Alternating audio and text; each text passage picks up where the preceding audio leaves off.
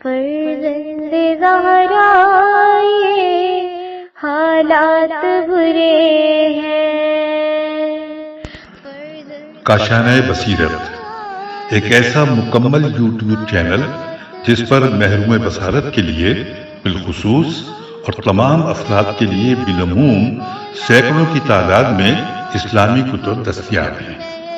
لہذا گزارش ہے کہ آپ اپنی ذمہ داری نبھاتے ہوئے کاشانہ بصیرت کو سبسکرائب کرنے کے ساتھ ساتھ بیل آئیکن کو پریس کیجئے تاکہ آپ علم کے حصول کے ساتھ ساتھ مذہب اہل بیت کی اشاعت میں بھی اہم کردار ادا کرتے رہیں۔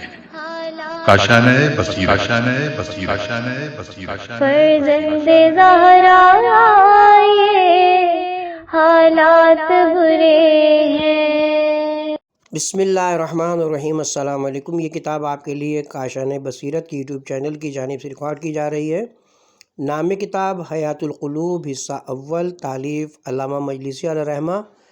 اب ہم کتاب کا پارٹ نمبر 49 پڑھیں گے۔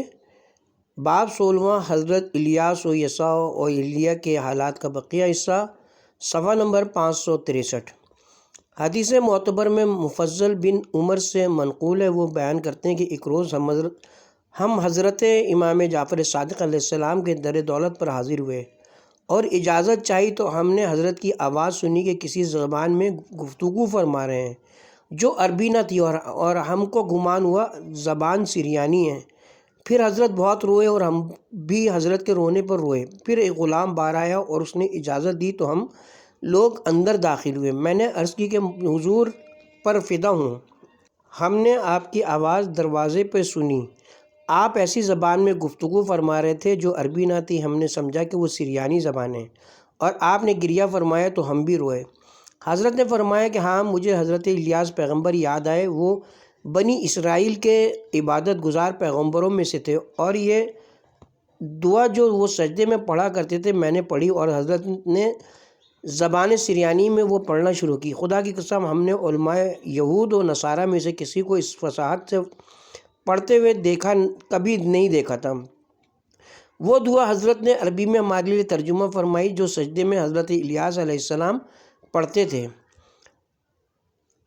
آیا تو مجھ پر عذاب نازل کرے گا اور دیکھے گا حالانکہ میں تیرے لیے گرم ہواؤں میں روزہ رکھ کر پیاسا رہا ہوں؟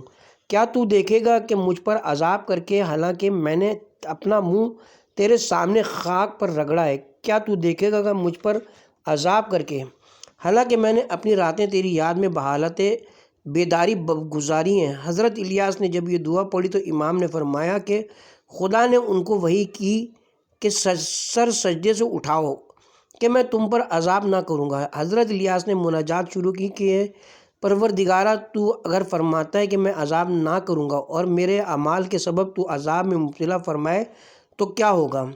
کیا میں تیرا بندہ اور تو میرا پروردگار نہیں ہے؟ خدا نے فرمایا کہ سر اٹھاؤ، میں نے جو وعدہ کیا ہے ضرور وفا کروں گا۔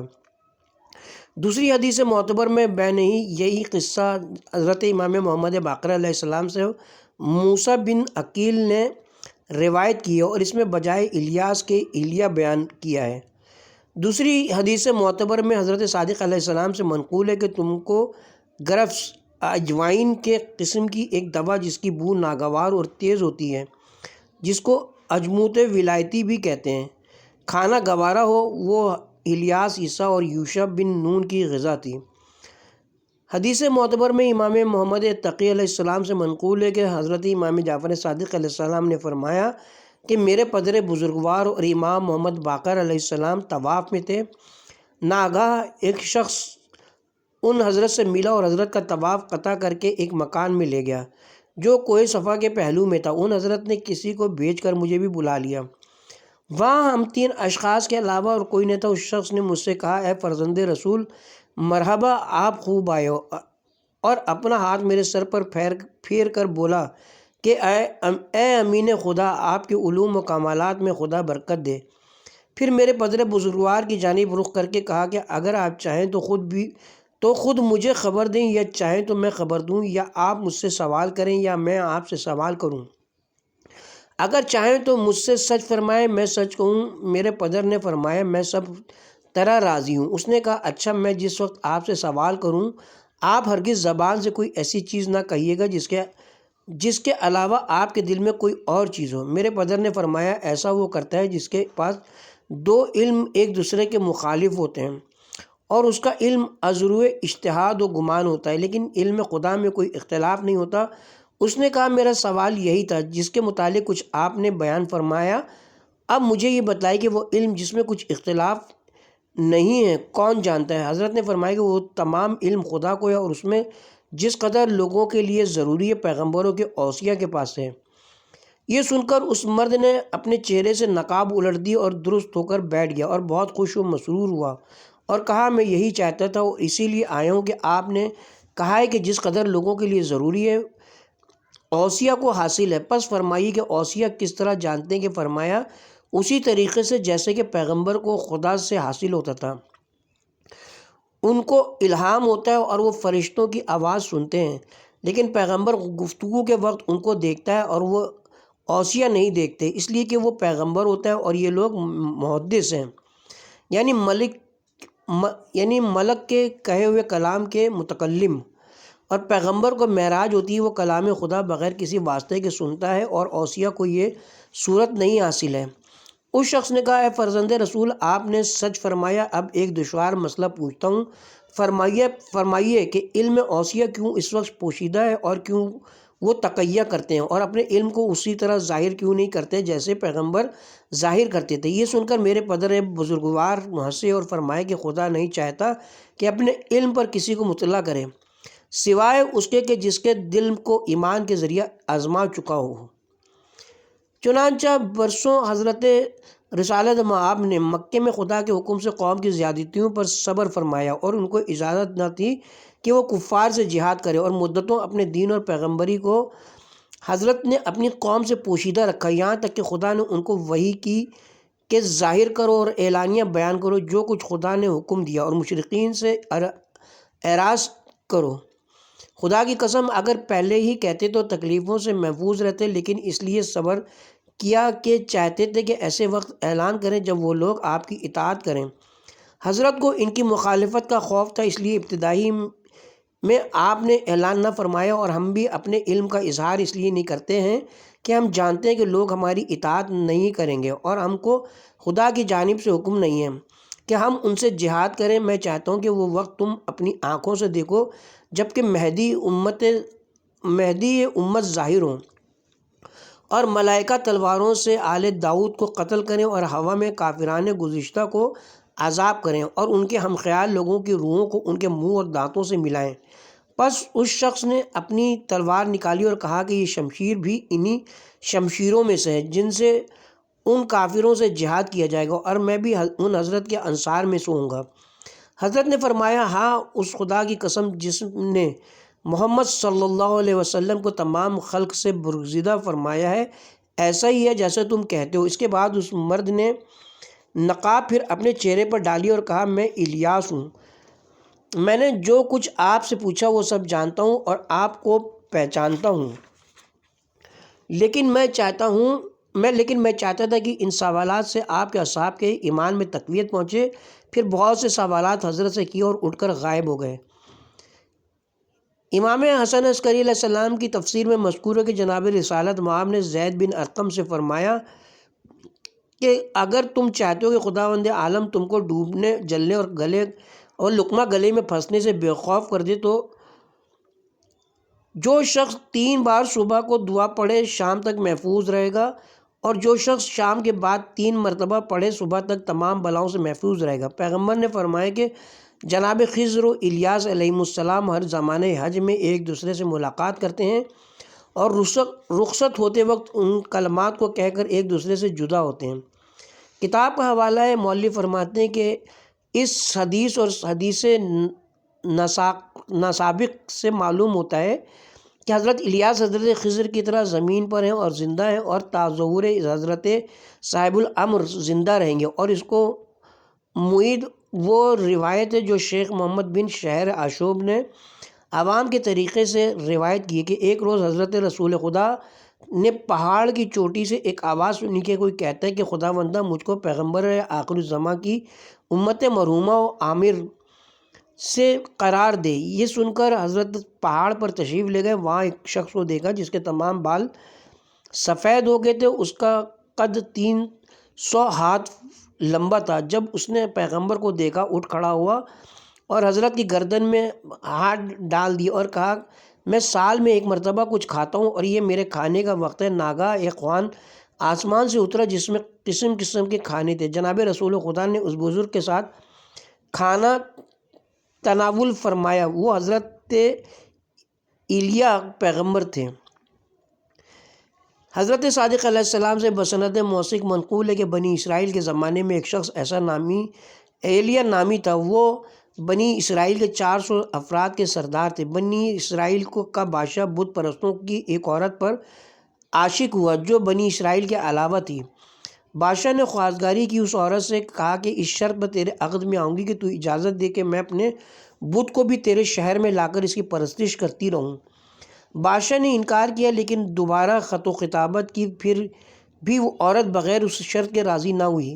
تو آخر بادشاہ نے اس کی شرط قبول کر لی اور اس سے عقد کر لیا اور اس عورت کو اس کے بت کے اپنے شہر میں لایا۔ وہ عورت 800 بت پرستوں کو بھی اپنے ساتھ لائی جو اس کے شہر میں اس بت کی پرستش کرتے تھے۔ اس وقت ایلیا علیہ السلام اس بادشاہ کے پاس آئے اور کہا، خدا نے تجھ کو بادشاہ بنایا اور تیری عمر دراز کی اور تو اس سے بغاوت اور سرکشی کرتا ہے۔ بادشاہ نے ایلیا کی بات پر کچھ توجہ نہ کی تو ایلیا نے اس پر نفرین کی کہ خدا ایک قطرہ بارہ کا ان پر نہ برسائے۔ 3 سال تک ان میں شدید قحط پڑا، یہاں تک کہ ان لوگوں نے اپنے چوپایوں کو ذبح کر کے کھا لیا اور سوائے ایک ٹٹو کے کوئی چوپایا نہ بچا جس پر بادشاہ سوار ہوتا تھا۔ بادشاہ کا وزیر مسلمان تھا اور ایلیا علیہ السلام کے اصحاب وزیر کے پاس ایک سرداب میں پوشیدہ تھے اور حضرت ایلیا کے اصحاب وزیر کے پاس ایک سرداب میں پوشیدہ تھے۔ وہ ان کو کھلاتا تھا۔ خدا نے حضرت ایلیا پر وحی کی کہ جا کر بادشاہ کو سمجھاؤ، میں چاہتا ہوں کہ اس کی توبہ قبول کروں۔ ایلیا بادشاہ کے پاس گئے۔ اس نے کہا، بنی اسرائیل کے ساتھ آپ نے کیا کیا؟ سب کو مار ڈالا۔ ایلیا نے فرمایا کہ میں جو کچھ حکم تجھے دوں اس کی اطاعت کرے گا۔ بادشاہ نے کہا، ہاں۔ ایلیا نے اس سے عہد و اقرار لیا، پھر اپنے اصحاب کو جو پوشیدہ تھے باہر لائے اور 2 کام کر کے خدا کا تقرب حاصل کیا، قربانی کی اور زن بادشاہ کو طلب کر کے قتل کیا اور اس کے بت کو جلا دیا۔ بادشاہ نے خوب توبہ کی اور لباس مومنین کو پہنا تو خداوند عالم نے ان سے قحط کو دور فرمایا، ان پر بارش بھیجی اور ان کے درمیان فراوانی ہوئی۔ بسند موثق حضرت امام رضا علیہ السلام سے منقول ہے کہ جو آپ نے جاسلک نصرانی سے اثناء گفتگو میں فرمایا تھا اور اس پر حجت تمام کی تھی کہ اگر حضرت عیسیٰ کو تم لوگ اس لیے خدا کہتے ہو کہ انہوں نے مردوں کو زندہ کیا وغیرہ وغیرہ، تو حضرت عیسیٰ کو بھی خدا کیوں نہیں کہتے؟ کیونکہ عیسیٰ پانی پر چلتے تھے، مردے کو زندہ کرتے تھے اور مبروس کو اچھا کرتے تھے۔ کتاب کا حوالہ ہے، مولف فرماتے ہیں ممکن ہے کہ ایلیا اور الیاس ایک ہی رہے ہوں، اس لیے کہ ان کے حالات اور نام ایک دوسرے سے ملتے جلتے ہیں، اور ارباب تفسیر و تاریخ نے ایسا ایلیا کا کوئی تذکرہ نہیں کیا ہے۔ اور شیخ تبریسی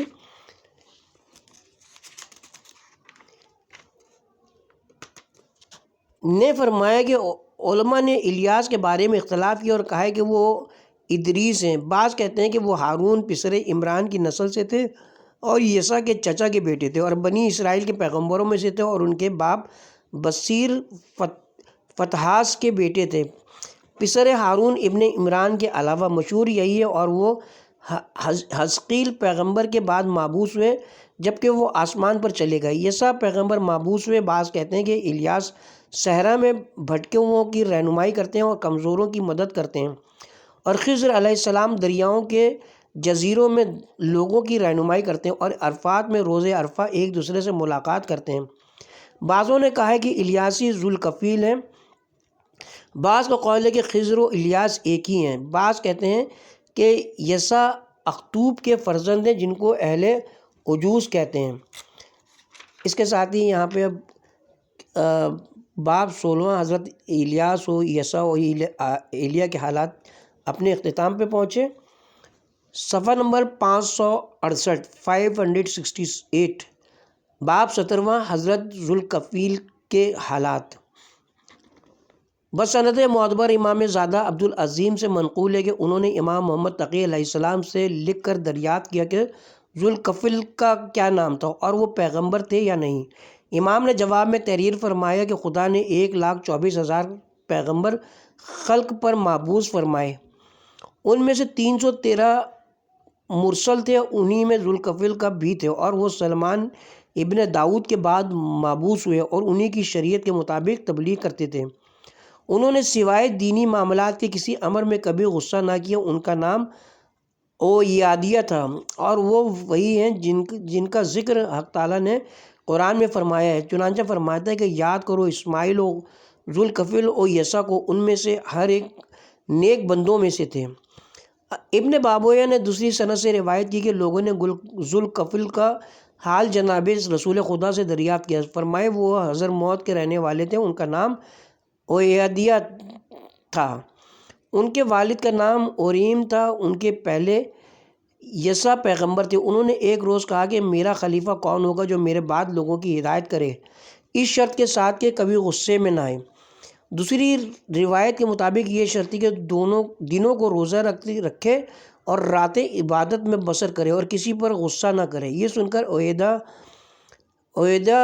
اویدیہ اٹھ کھڑے ہوئے اور کہا میں حاضر ہوں۔ تو یسع نے پھر ان شرطوں کو دہرائے، پھر وہی کھڑے ہوئے اور کہا میں عمل کروں گا۔ غرض کہ جب یسع نے رحلت فرمائی تو خدا نے اویدیہ کو ان کے بعد پیغمبر بنایا۔ وہ دن کے ابتدائی حصے میں لوگوں کے درمیان حکم کرتے تھے۔ ایک روز شیطان نے اپنے مریدوں سے کہا کہ کون ہے تم میں جو ان کو اپنے عہد سے منحرف کرے اور غصہ دلائے۔ ایک شیطان ابلیس نامی نے کہا میں یہ کام کروں گا۔ ابلیس نے کہا جا اور کوشش کر، شاید تو ان کو غصے میں لائے۔ جب ذوالکفیل لوگوں کے معاملات سے فارغ ہوئے اور اپنے دولت خانے پر جا کر آرام میں مشغول ہوئے، ابلیس آ کر چلانے لگا کہ مجھ پر ظلم کیا گیا ہے۔ حضرت نے اس سے فرمایا جا جس نے تجھ پر ظلم کیا ہے اس کو بلا لا۔ اس نے کہا وہ میرے کہنے سے نہیں آئے گا۔ حضرت نے اپنی انگشتری اس کو دی کہ یہ نشانی میری، اس کو دکھلا کر بلا لا۔ ابلیس انگوٹھی لے کر چلا گیا اور حضرت ذوالکفیل آج آرام نہ کر سکے، رات کو بھی نہ سوئے۔ دوسرے روز جب لوگوں کے معاملات سے فارغ ہوئے اور جا کر چاہا کہ سو رہے ہیں، ابلیس ملعون آئے اور فریاد کی کہ مجھ پر ظلم ہوا اور ظالم کے پاس میں آپ کی انگوٹھی لے گیا تھا، اس نے قبول نہ کیا اور آنے کے لیے راضی نہیں ہوا۔ حضرت ذوالکفیل کے دربان نے کہا کہ اس وقت جاؤ، حضرت آرام کر رہے ہیں کیونکہ کل تمام دن اور رات بھی نہیں سوئے ہیں۔ ابلیس نے کہا کہ یہ نہیں ہوگا، میں مظلوم ہوں اور چاہیے کہ میرا انصاف کیا جائے۔ یہ سن جا جب اس نے حضرت ذوالکفیل کو اطلاع دی، حضرت نے ایک خط لکھ کر دیا کہ وہ اپنے دشمن کو دکھا کر حاضر کرے۔ وہ خط لے کر چلا گیا اور حضرت آج بھی نہ سو سکے اور رات عبادت میں گزاری۔ جب دوسرے روز خلق خدا کے امور سے فرصت ملی اور آرام کے لیے بستر پر لیٹی ہی تھی کہ ابلیس اسی وقت آیا اور چلانے لگا کہ آپ کے خط کو بھی اس نے نہیں مانا اور آنے پر راضی نہیں ہوا۔ حضرت یہ سن کر اٹھے اور اس کا ہاتھ پکڑ کر اس کے ساتھ روانہ ہو گئے۔ اس روز گرمی سخت تھی کہ اگر دھوپ میں گوشت ڈال دیا جاتا ہے تو بھن جاتا۔ ابلیس نے حضرت کا یہ صبر جب دیکھا تو نا امید ہو گیا کہ آپ پر اس کا قابو نہیں چل سکتا۔ حضرت کا ہاتھ چھوڑ کر بھاگا اور غائب ہو گیا۔ اسی سبب سے ان حضرت کو ذوالکفیل کہتے ہیں کہ آپ وصیت حضرت یسع کے متکلف ہوئے اور عمل میں لائے، اور خدا نے ان کے حالات حضرت صلی اللہ علیہ وسلم کے لیے بیان کیے تاکہ حضرت بھی صبر فرمائیں ان تکلیفوں پر جو امت سے ان پر پہنچیں، جیسا کہ ان سے قبل پیغمبروں نے صبر کیا۔ شیخ تبریزی نے کہا کہ مفسرین نے ذوالکفیل کے بارے میں اختلاف کیا ہے۔ بعض کہتے ہیں کہ وہ مرد صالح تھے، پیغمبر نہ تھے، لیکن پیغمبری کے لیے متکفل ہوئے کہ دنوں کو روزہ رکھتے اور راتوں کو عبادت کریں اور غصے میں نہ آئے اور حق پر کاربند رہیں۔ حضرت ذوالکفیل نے اس پر پورا عمل کیا۔ بعض لوگوں نے کہا کہ وہ پیغمبر تھے جن کا نام ذوالکفیل تھا، یا ان کو ذوالکفیل کہا ہے اس لیے کہ خدا نے ان کے ثواب کو دونا کر دیا۔ کتاب کا حوالہ ہے، مولف فرماتے ہیں کہ سلبی کا قول ہے کہ ذوالکفیل ایوب صابر کے فرزند ہیں۔ خدا نے ان کو پدر بزرگوار کے بعد ان کو رسالت پر مبعوث کیا اور اہل روم کی طرف بھیجا۔ وہ لوگ ان پر ایمان لائے اور ان حضرت کی تصدیق اور پیروی کی تو خدا نے ان کو جہاد کا حکم دیا۔ ان لوگوں نے عرض کی کہ اے ہمارے بشیر، ہم دنیا کی زندگی کو دوست رکھتے ہیں اور مرنا نہیں چاہتے ہیں، اور اس حال میں یہ نہیں چاہتے کہ خدا اور رسول کی معصیت کریں۔ آپ خدا سے دعا کریں کہ جب تک ہم نہ چاہیں ہم کو موت نہ آئے، تاکہ خدا کی عبادت کریں اور اس کے دشمنوں سے جہاد کریں۔ بشیر نے اٹھ کر نماز ادا کی اور مناجات کی کہ پالنے والے، تو نے مجھے حکم دیا کہ تیرے دشمنوں سے جہاد کروں۔ یہ اپنے نفس کے مالک، میں اپنے نفس کا مالک ہوں اور تو جانتا ہے کہ میری قوم کیا کہتی ہے، لہٰذا ان کے گناہ کے عوض مجھ سے مواخذہ نہ کیجیے، اس لیے کہ میں تیری خوشنودی کی طرف، تیرے غضب سے اور تیرے عفو و کرم کی طرف تیرے عذاب سے پناہ لایا ہوں۔ تو خدا نے ان کو وحی کی کہ میں نے تمہاری بات سنی اور جو کچھ وہ لوگ چاہتے ہیں میں نے ان کو دیا ہے۔ وہ جب تک موت خود سے طلب نہیں کریں گے ان کو موت نہ آئے گی، تم ان کی کفالت میری جانب سے کرو۔ انہوں نے خدا کی رسالت قوم تک پہنچائی، اسی وجہ سے ان کو ذوالکفیل کہتے ہیں۔ غرض ان میں توالد و تناسل کا سلسلہ جاری رہا اور اپنی کثرت پر ان کو بے حد اذیت ہونے لگی۔ پھر اپنے بشیر نبی سے التجا کی کہ خدا سے دعا کریں کہ ان کی حالت بطور سابق کر دیں، یعنی جس طرح وفات کا سلسلہ جاری تھا پھر قائم ہو جائے۔ خدا نے بشیر کو وحی کی کہ تمہاری قوم نے نہیں سمجھا تھا کہ جو کچھ ان کے لیے میں نے مصلحت دیکھا اور اختیار کیا بہتر ہے اس سے کہ جو کچھ وہ لوگ خود اپنے لیے بہتر سمجھتے ہیں۔ پھر خدا نے ان کو پہلی سی حالت پر قائم کر دیا کہ اپنی موت سے مرتے تھے۔ اسی سبب سے روم والے تمام گروہوں سے زیادہ ہوئے۔ کتاب کی طرف رجوع کرتے ہیں، بعض کہتے ہیں کہ وہ الیاس تھے اور بعض کے نزدیک وہ یسع بسر اخطوب تھے جو الیاس کے ساتھ تھے، اور یہ ذوالکفیل جن کا ذکر خدا نے قرآن میں کیا ان کے علاوہ تھے۔ کتاب کا حوالہ ہے، مولف فرماتے ہیں کہ ہم نے کتاب کی ابتدا میں ایک حدیث نقل کی ہے جو اس بات پر دلالت کرتی ہے کہ ذوالکفیل یوشع ہیں، اور اس بارے میں جو روایت شروع میں ہم نے لکھی ہے وہ زیادہ معتبر ہے۔ اس قصوں کو انشاءاللہ ہم کتاب کے آخر میں بعنوان حدیث سے اراد کریں گے، لیکن حدیث میں یہ ہے کہ کسی پیغمبر سے ایسا سوال ان کی قوم نے کیا تھا، لیکن اس میں پیغمبر کا تعین نہیں ہے۔ مسعودی نے مروج الذہب میں لکھا ہے کہ حزقیل، الیاس، ذوالکفیل اور ایوب سب حضرت سلیمان کے بعد اور حضرت عیسیٰ سے پہلے گزرے ہیں۔ اس حدیث سے ذوالکفیل کے بارے میں ایسے ہی معلوم ہوتا ہے اور ہم نے شہرت کے موافق ان کا ذکر اس جگہ کیا ہے۔ اس کے ساتھ ہی حاشیہ اپنے اختتام کو پہنچا اور کتاب کا باب 17واں حضرت ذوالکفیل کے حالات بھی اپنے اختتام کو پہنچے۔ صفحہ نمبر 571، باب 18واں حضرت لقمان کے حالات اور ان کی حکمت کا تذکرہ۔ خداوند عالم نے حضرت لقمان کا ذکر قرآن مجید میں کیا ہے کہ یقیناً ہم نے لقمان کو حکمت عطا کی اور کہا کہ خدا کا شکر کرو، اور جو بھی شکر کرتا ہے وہ اپنے نفع کے واسطے کرتا ہے، اس کا نفع خدا کو نہیں پہنچتا، اور جو کفرانی نعمت کرتا ہے تو وہ خدا کا کچھ نقصان نہیں کرتا بلکہ خود اپنا ہی نقصان کرتا ہے، اور خدا تو شکر کرنے والوں کے شکر سے اور عبادت کرنے والوں کی عبادت سے بے نیاز ہے، اور ہر حال میں حمد کے لائق ہے۔ اور یاد کرو اس وقت کو جب کہ لقمان نے اپنے بیٹے سے کہا جب کہ وہ اس کو نصیحت کر رہے تھے کہ اے میرے پیارے فرزند، کسی کو خدا کا شریک مت قرار دینا، کیونکہ یہ اپنے اوپر ظلم عظیم ہے۔ اے فرزند، تیری نیکی یا بدی اگر رائی کے دانے کے برابر بھی ہوگی، خدا اس کو قیامت میں ضرور حاضر کرے گا اور اس کا حساب تجھ سے لے گا۔ بے شک خدا لطیف یعنی صاحب لطف و کرم ہے، یا اس کا علم امور کے لطائف پر محیط ہے، اور وہ خبیر ہے، یعنی اس کا علم ہر پوشیدہ سے پوشیدہ شے تک پہنچا ہوا ہے۔ اے میرے فرزند نماز کو قائم رکھو اور لوگوں کو نیکی کا حکم کرو اور بدی سے باز رکھو اور جو کچھ بلائیں تم پر نازل ہوں ان پر صبر کرو، اس لیے کہ یہ سب ایسے امور ہیں کہ جن کی رعایت خدا نے لوگوں پر لازم قرار دے دی ہے، اور لوگوں کی طرف سے غرور کے ساتھ اپنا رخ نہ پھیر لینا اور زمین پر سرکشی کے ساتھ اتراتے ہوئے نہ چلنا، اس لیے کہ خدا اس شخص کو دوست نہیں رکھتا جو تکبر اور شیخی کے ساتھ چلتا ہے اور لوگوں پر فخر کرتا ہے۔ اور میانہ روی اختیار کرو، نہ بہت تیز نہ بالکل آہستہ، اور اپنی آواز پست رکھو، چلا کر بات نہ کرنا کیونکہ بدترین آواز گدھے کی آواز ہے۔ پارہ نمبر 21 سورہ لقمان، آیتیں 12، 13، 16 تا 19۔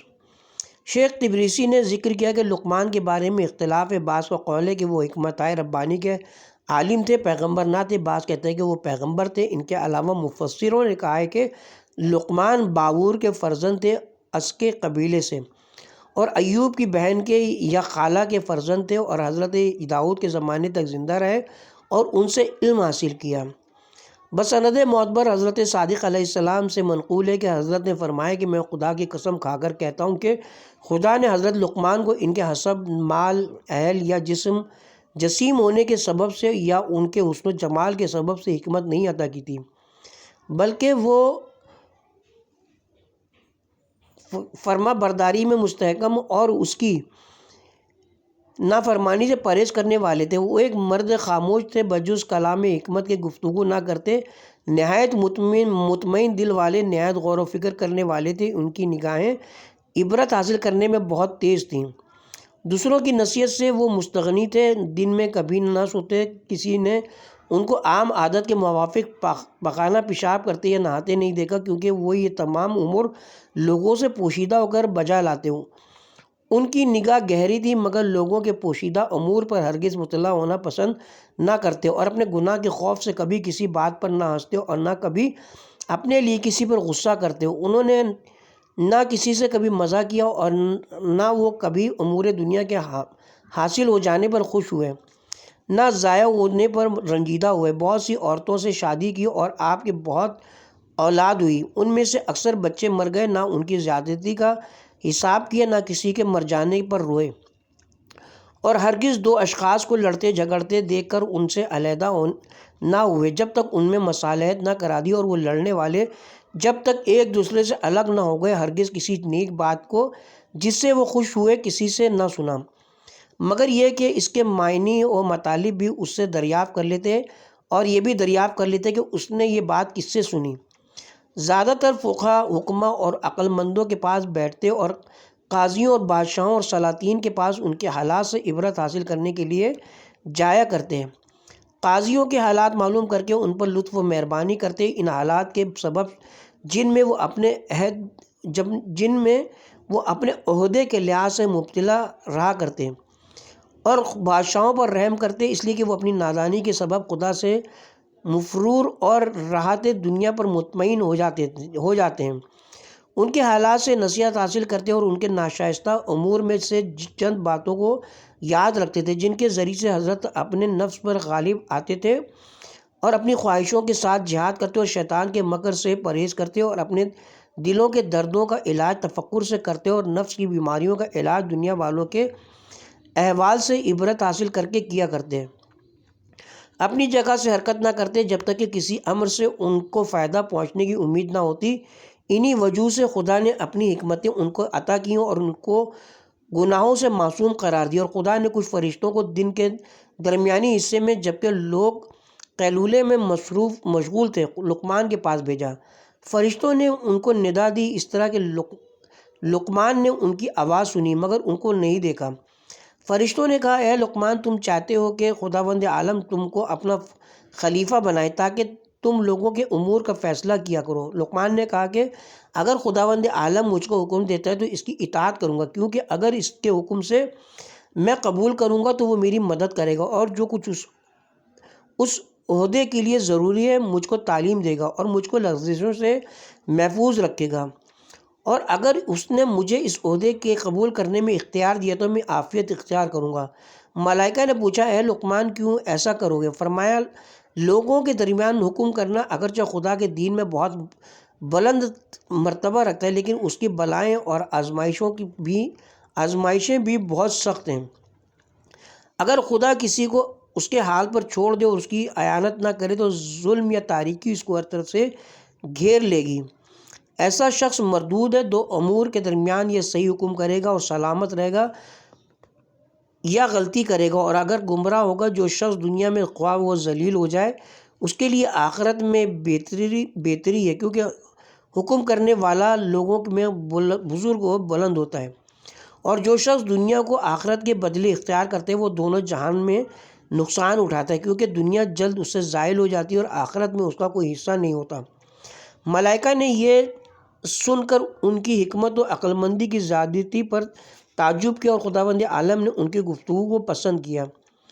جب رات ہوئی اور حضرت لقمان بستر خواب پر گئے، خداوند عالم نے انوار حکمت ان پر نازل کر کے ہمتاً ان کو منور کر دیا۔ وہ خواب میں تھے اور خدا نے خلت حکمت ان کو پہنایا۔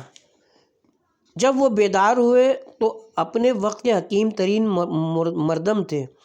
وہ باہر لوگوں کے پاس آئے اس حال میں کہ ان کی زبان سے کلام حکمت جاری تھے اور علوم و حکم اور معرف ربانی لوگوں کے لیے بیان کرتے تھے۔ اور جب انہوں نے پیغمبری قبول نہ کی تو خدا نے ملائکہ کو حکم دیا کہ حضرت داؤد کو اس کی دعوت دیں۔ داؤد نے قبول کر لیا اور وہ شرطیں جو حضرت لقمان نے پیش کی تھیں انہوں نے نہ کی، تو خدا نے ان کو زمین پر اپنا خلیفہ بنایا۔ خدا نے اکثر ان حضرت کی آزمائش کی اور ان میں سے چند تر کے اولاد صادر ہوئے جن کو خدا نے معاف فرمایا۔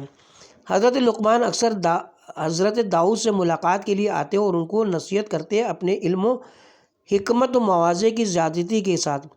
حضرت داؤد ان سے کہتے کہ خوشا حال آپ کا کہ آپ کو حکمت عطا کی گئی اور ابتلا و امتحان آپ سے اٹھا لیے گئے، اور خلافت داؤد کو دی گئی اور اس کو معرض امتحان میں لایا گیا۔ لقمان نے اپنے فرزند کو اس قدر نصیحتیں کی، سراپا حکمت سے معمور ہو گیا اور اس اسرار حکمت لقمانی اس کے دل میں پیوست ہو گئے۔ حضرت لقمان نے اپنے فرزند کو جو نصیحت دی کہ ان میں سے چند یہ تھی کہ اے فرزند، جس روز سے تو نے دنیا میں قدم رکھا ہے در حقیقت تو نے دنیا کی جانب پشت اور آخرت کی جانب منہ کر لیا ہے، یعنی آخرت کی طرف چل رہا ہے اور مراحل آخرت طے کر رہا ہے۔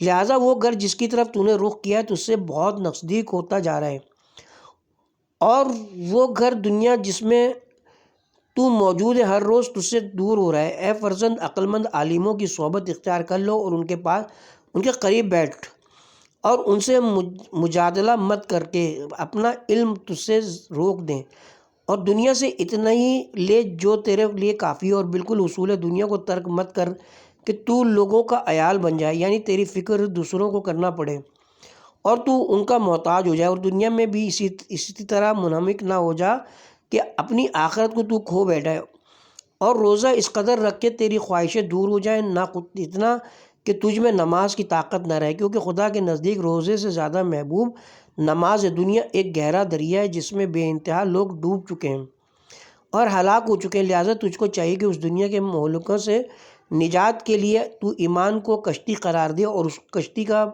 بادبان تو توکل اللہ کو بنائے اور اس کشتی میں اپنا توشہ حرام و مکروہات سے پرہیز قرار دے۔ پھر اگر نجات تو پا گیا تو خدا کے رحمت کے سبب، اور اگر تو ہلاک ہوا تو اپنے گناہوں کے سبب۔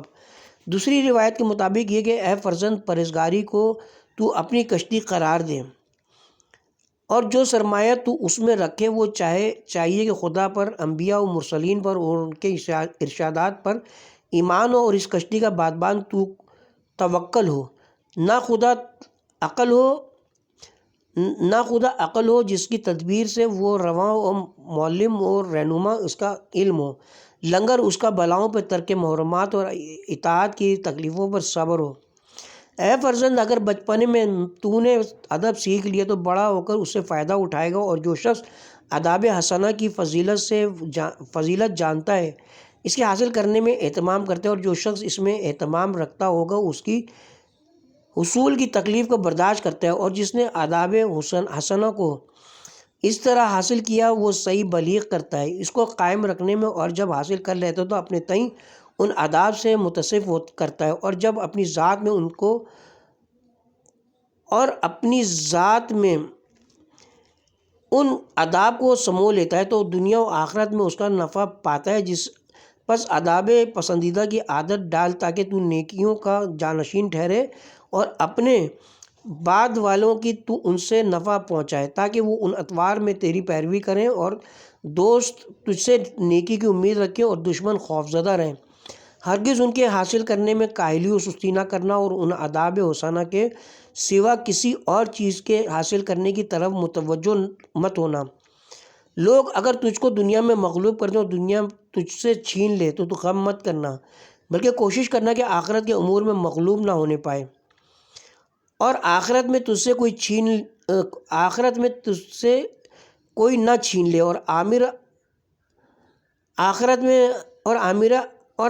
آخرت میں مغلوب ہونے کا یہ مطلب ہے کہ تو علم اس جگہ سے نہ حاصل کرے جہاں سے کرنا چاہیے، اور دن اور رات کے اوقات کے کچھ حصے طالب علم کے لیے تجھ کو مقرر کرنا چاہیے، کیونکہ کوئی چیز انسان کے علم کو ضائع نہیں کرتی، مثل ترک تحصیل علم کے، یعنی ترک علم اس سبب سے ہوتا ہے کہ جو کچھ تو نے علم حاصل کیا ہے وہ بھی ضائع ہو جائے، لہٰذا اس کی مداومت کرتا رہے اور جھگڑالو کے ساتھ مجادلہ مت کر، اور نہ کسی دانا و عقلمند سے منازعات کر، اور کسی رئیس کے ساتھ دشمنی مت کر، اور ظلم کرنے والوں کے ساتھ ہمراہی اور ہم نشینی مت کر، اور کسی فاسق سے برادرانہ رشتہ مت جوڑ، اور کسی بدنام